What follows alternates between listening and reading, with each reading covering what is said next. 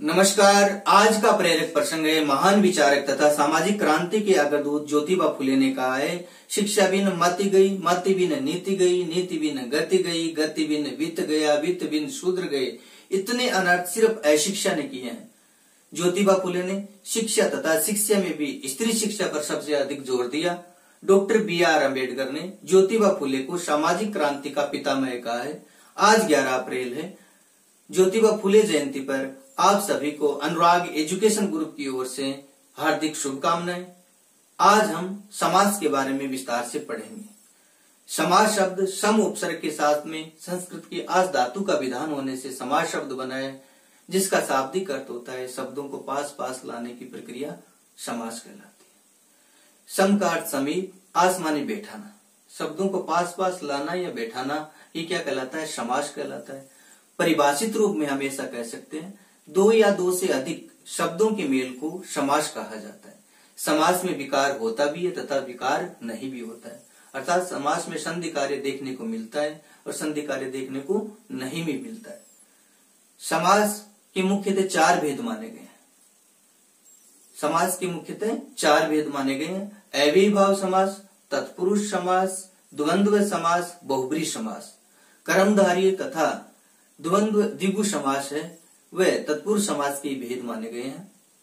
जब हम कक्षा 6, 7, 8, 9, 10, 11, 12 में पढ़ाते हैं तो समास को सरल रूप में 6 भागों में विभाजित करके पढ़ाते हैं। जबकि प्रतियोगी परीक्षा के आधार पर अगर प्रश्न पूछा जाता है कि समास के कितने भेद मुख्यतः माने गए हैं, तो समास के मुख्यतः 4 भेद माने गए हैं। तो आज हम परिचर्चा करेंगे समास के बारे में। समास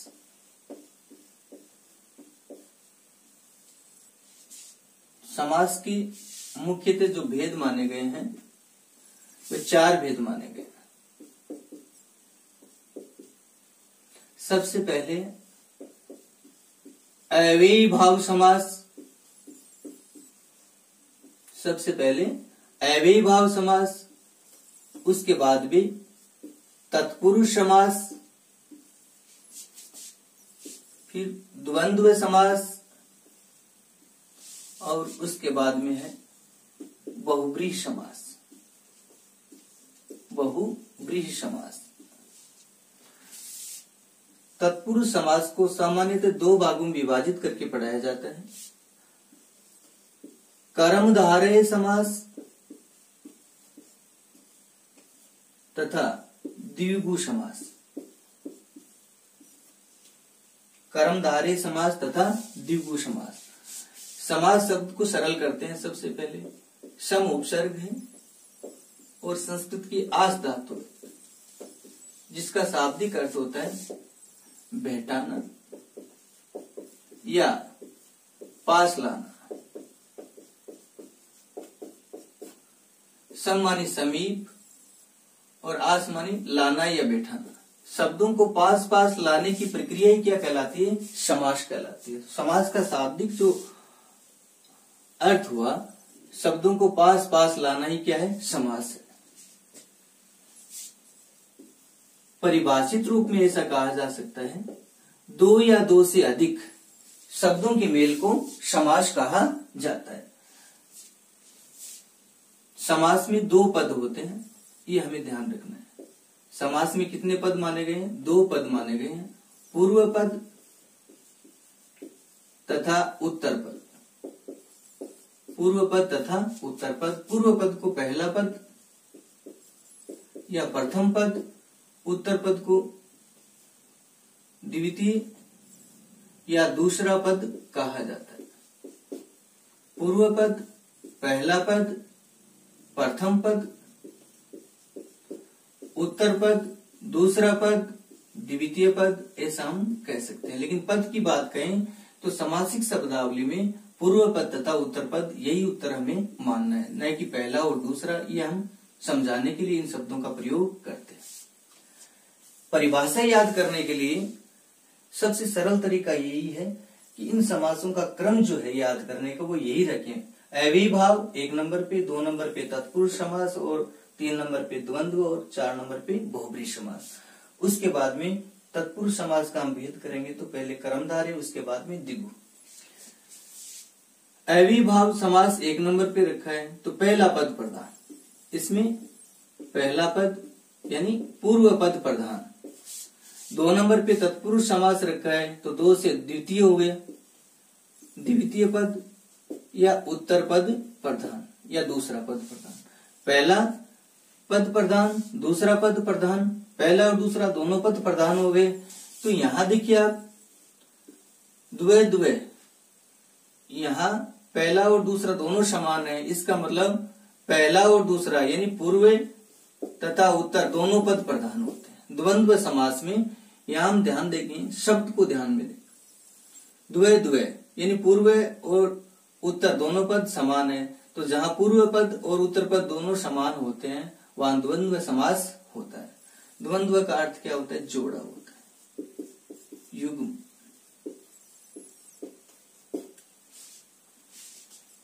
चार नंबर पे हमने क्या याद किया है? बहुब्री समास। 4 नंबर पे पहला पद प्रधान, दूसरा पद प्रधान, दोनों पद प्रधान, और इसमें नहीं तो पूर्व पद प्रधान होता है नहीं उत्तर पद प्रधान होता है, बशर्ते अन्य अर्थ प्रधान होता है। क्या होता है? अन्य अर्थ प्रधान होता है, ये हमें ध्यान रखना है। पहला, दूसरा, दोनों और अन्य। कर्मधारय समास में कर्म का अर्थ गुण हो गया, कर्म धन धारे, कर्म को धारण करना गुण की बात आती है इसमें। तो विशेषण विशेष्य उपमेय उपमान मिलकर के एक पद का निर्माण करते हैं। द्विगु समास, द्वि और गु। द्वि क्या है? संख्या है। गु क्या है? संज्ञा है।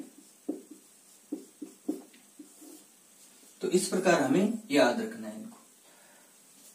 सबसे पहले परिभाषित करते हैं अव्ययीभाव समास को, यानी वह समस्त पद जिसका पहला पद प्रधान होता है तथा पहला पद अव्यय होता है उसे अव्ययीभाव समास कहा जाता है।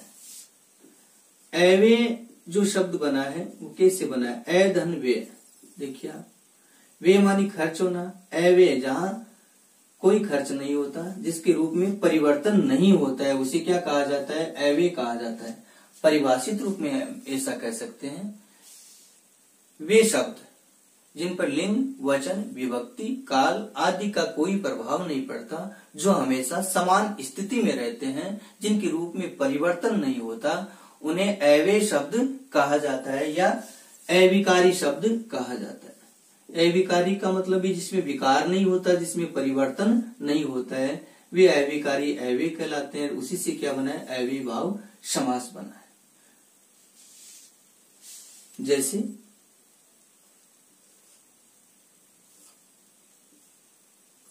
प्रत्येक, हर एक या प्रत्येक। अत्याचार, अति, धन आचार, आचार का अतिक्रमण, अत्याचार। इसी प्रकार यथाशक्ति, शक्ति के अनुसार, यथाशक्ति। तो यथा, अति, प्रति, ये क्या है? अव्यय शब्द है। इसके बाद में तत्पुरुष समास। तत्पुरुष समास को हमने कितने नंबर पे व्यक्त किया है? 2 नंबर पे। इसका मतलब प्रथम पद प्रधान और द्वितीय पद प्रधान, यानी वह समस्त पद जिसका द्वितीय पद यानी उत्तर पद प्रधान होता है तथा जिसमें कारक चिन्हों का लोप रहता है, उसे तत्पुरुष समास कहा जाता है। कारक चिन्हों को हम परसर्ग भी कहते हैं, विभक्ति चिन्ह भी कहते हैं। तो वह समस्त पद जिसका उत्तर पद प्रधान तथा जिसमें परसर्ग या कारक चिन्हों का लोप रहता है, उसे तत्पुरुष समास कहा जाता है। जैसे रसोई घर, समास विग्रह करेंगे, रसोई, रसोई के लिए घर, रसोई के लिए घर। के लिए आ रहा है, कारक चिन्ह है, किसका है? संप्रदान कारक का कारक चिन्ह है, तो यहां संप्रदान तत्पुरुष समास हो गया। इसी प्रकार गंगा जल, गंगा का जल, का आ गया, संबंध तत्पुरुष समास हो गया। इसके बाद में चर्चा करते हैं हम द्वंद्व समास की। द्वंद्व का अर्थ क्या होता है? जोड़ा होता है। इसमें पूर्व पद और उत्तर पद दोनों ही प्रधान होते हैं और या, अथवा, तथा आदि शब्दों का लोप रहता है। या, अथवा और आदि शब्दों का इसमें लोप रहता है। जैसे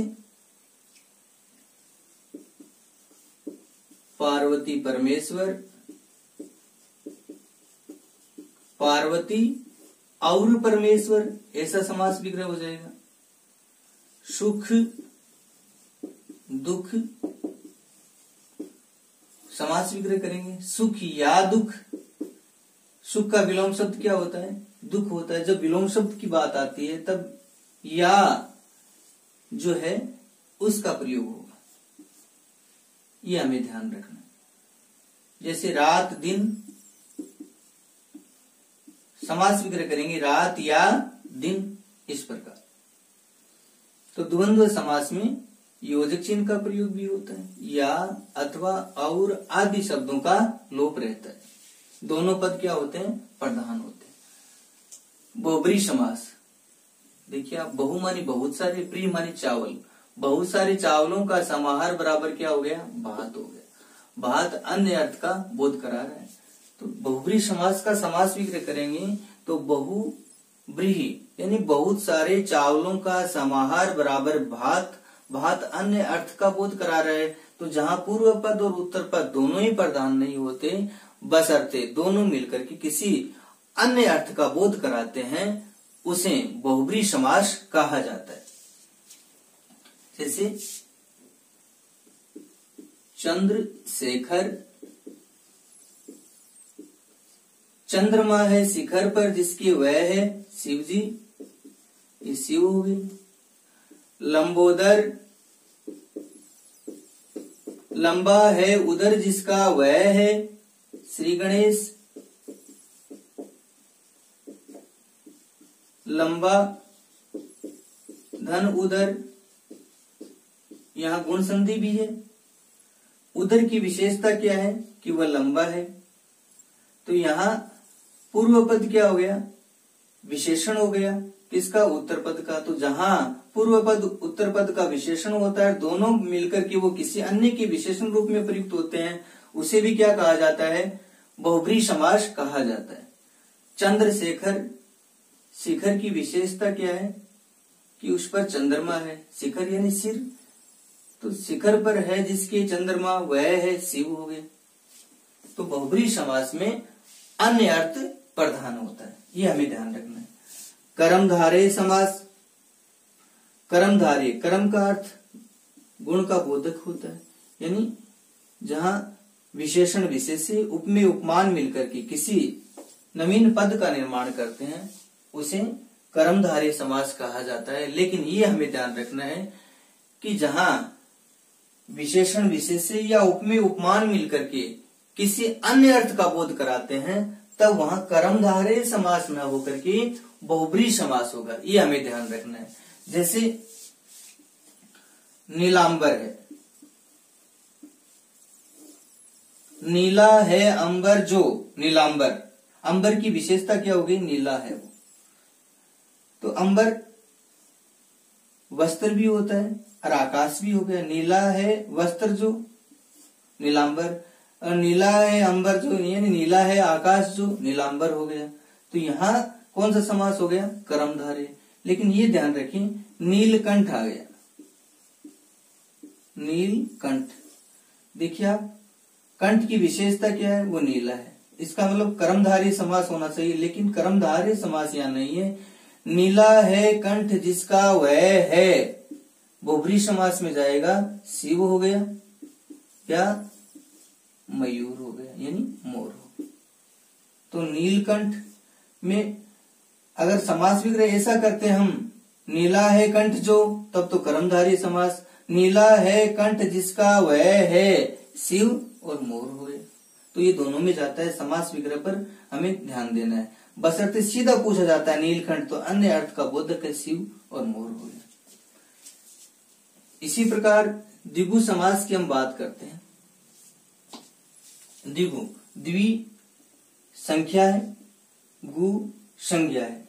गु का अर्थ क्या होता है? गाय होता है। गु बराबर गाय। द्वि का अर्थ क्या होता है? दो। तो दो संख्या और गाय क्या होगी? संज्ञा।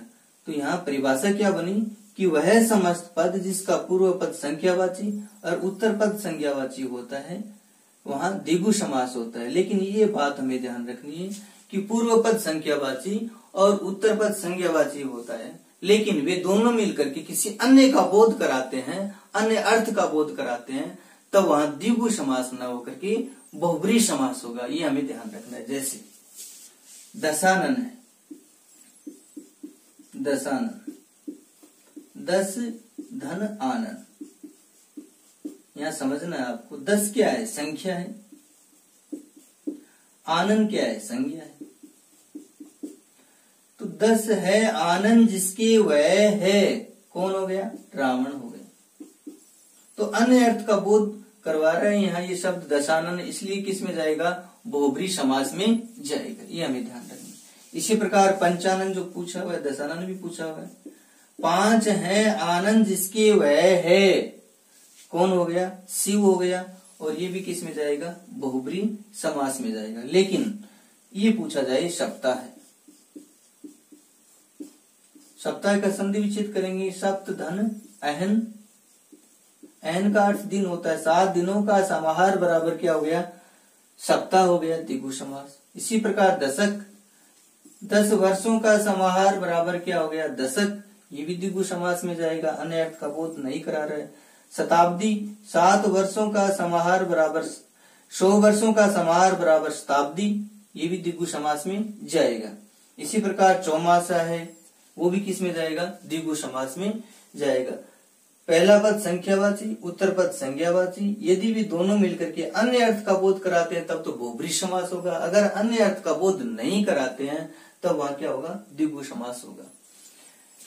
एक महत्वपूर्ण बात हो रही है, द्वंद्व समास की जब हमने बात की तो यहाँ जो लोप रहता है वो किसका रहता है? या, अथवा, आदि, और इन शब्दों का लोप रहता है। लेकिन एक बात हमें समझनी है कि यदि दोनों पद संख्यावाची आते हैं, क्या दोनों पद संख्यावाची आते हैं, तब वहां द्वंद्व समास होगा। तब वहां नहीं तो द्विगु समास होगा, नहीं बहुब्री समास होगा। ये हमें ध्यान रखना है। जैसे 24 आ गए, 24 का समास विग्रह करेंगे। 4 और 20 या 20 और 4। तो 4 भी संख्यावाची है और 20 भी क्या है? संख्यावाची है। जब दोनों पद संख्यावाची आते हैं तब वहां क्या होता है? द्वंद्व समास होता है। ये हमें ध्यान रखना है। जैसे 12, 2 और 10, 29 हमारे बुजुर्ग जो हैं, दादा दादी की बात करें तो वो 29 है, 28 है, 99 है, 59 है, 49 है, 25 है, ये नहीं बोलते। अगर 25 की बात करते हैं तो वो क्या करते हैं? 5 और 20 रुपए है भैया, 5 और 20। इसका मतलब वहां दादा या दादी के द्वारा किस समास का प्रयोग किया जा रहा है? द्वंद्व समास का प्रयोग किया जा रहा है। हमें भ्रम रहता है कि दादा और दादी को क्या है? गिनती नहीं आती, जबकि दादा और दादी जो हैं वो किस समास का प्रयोग कर रहे हैं? 5 और 20 द्वंद्व समास का प्रयोग कर रहे हैं।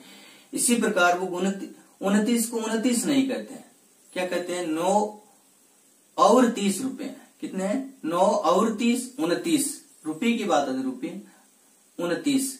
तो वहां भी क्या है? द्वंद्व समास है। 64 की बात आए तो वो 64 नहीं कहते। 4 और 60 है तो 4 और 60 क्या हो गए? 64। तो दोनों शब्द जब संख्यावाची होता है तब वहां द्वंद्व समास होता है, तब वहां द्विगु होता है, नहीं क्या होता है? बहुब्री समास होता है। थोड़ा अंतर समझना है। द्विगु समास में पहला पद संख्यावाची, उत्तर पद संज्ञावाची, लेकिन ये अन्य अर्थ का बोध नहीं कराता है, तब तो कौन सा समास हो गया? द्विगु। यदि पहला पद संख्यावाची, उत्तर पद संज्ञावाची और वो अन्य अर्थ का बोध करा रहे हैं तब वो क्या हो गया? बहुब्री समास हो गया। दोनों पद संख्यावाची होते हैं तब न तो वहां द्विगु होता है, न ही बहुब्रीहि होता है, तब कौन सा होता है? द्वंद्व समास होता है। ये हमें ध्यान रखना है। जानते हैं समास के बारे में जो सामान्य जानकारी है। सम धन आस बराबर क्या है? समास। इस प्रकार समास शब्द बना है। शाब्दिक अर्थ की बात करते हैं। शब्दों को पास पास लाने की प्रक्रिया को समास कहा जाता है। क्या कहा जाता है? समास कहा जाता है। परिभाषित रूप में हम ऐसा कह सकते हैं, दो या दो से अधिक शब्दों के मेल को समास कहा जाता है। तो दो या दो से अधिक शब्दों का जब मेल होता है, उस मेल को क्या कहा जाता है? समास कहा जाता है। और इसका शाब्दिक अर्थ सम और आस, सम माने समीप, आस माने बैठाना, शब्दों को पास पास लाना ही क्या है? समास। फिर है 3 नंबर बिंदु, समास के मुख्यतः भेद माने गए हैं। तो समास के मुख्यतः कितने भेद माने गए हैं? 4 भेद माने गए, जिनकी परिचर्चा हमने कर ली। अव्ययी भाव समास, तत्पुरुष समास, द्वंद्व समास और बहुब्रीहि समास के रूप में। इसके बाद में अगला बिंदु है, समास में विकार होता भी है तथा विकार नहीं भी होता है। तो समास में विकार की बात जब आती है, तो विकार का मतलब संधि कार्य से है, परिवर्तन से है। तो विकार होता भी है तथा नहीं भी होता। जैसे दशानन है, यहाँ गुण संधि है, 10 धन आनंद, दशानन हो गए। यहाँ विकार हो रहे हैं और संधि कौन सी हो गई? दीर्घ संधि। कौन सी संधि हो गई? दीर्घ संधि है। ए और आ मिलकर के आ हो गया, दशानन बन गए।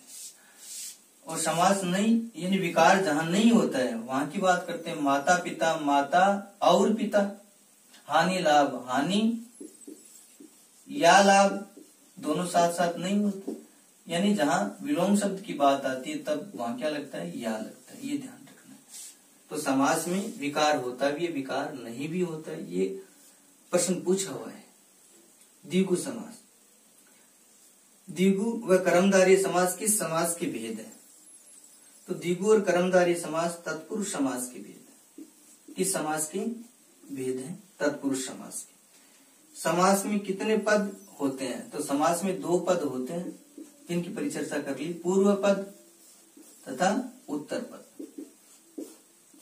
पहला और दूसरा, प्रथम और द्वितीय, ऐसा न कर करके हम अगर परीक्षा में प्रश्न आता है पूर्व पद और उत्तर पद, तो यही हमें कहना है। सरल रूप में बताने के लिए हम पहला और दूसरा शब्द काम में लेते हैं। समास में कितने पद होते हैं? फिर है समास शब्द का अर्थ होता है। समास शब्द का अर्थ, तो समास शब्द का अर्थ संक्षिप्त,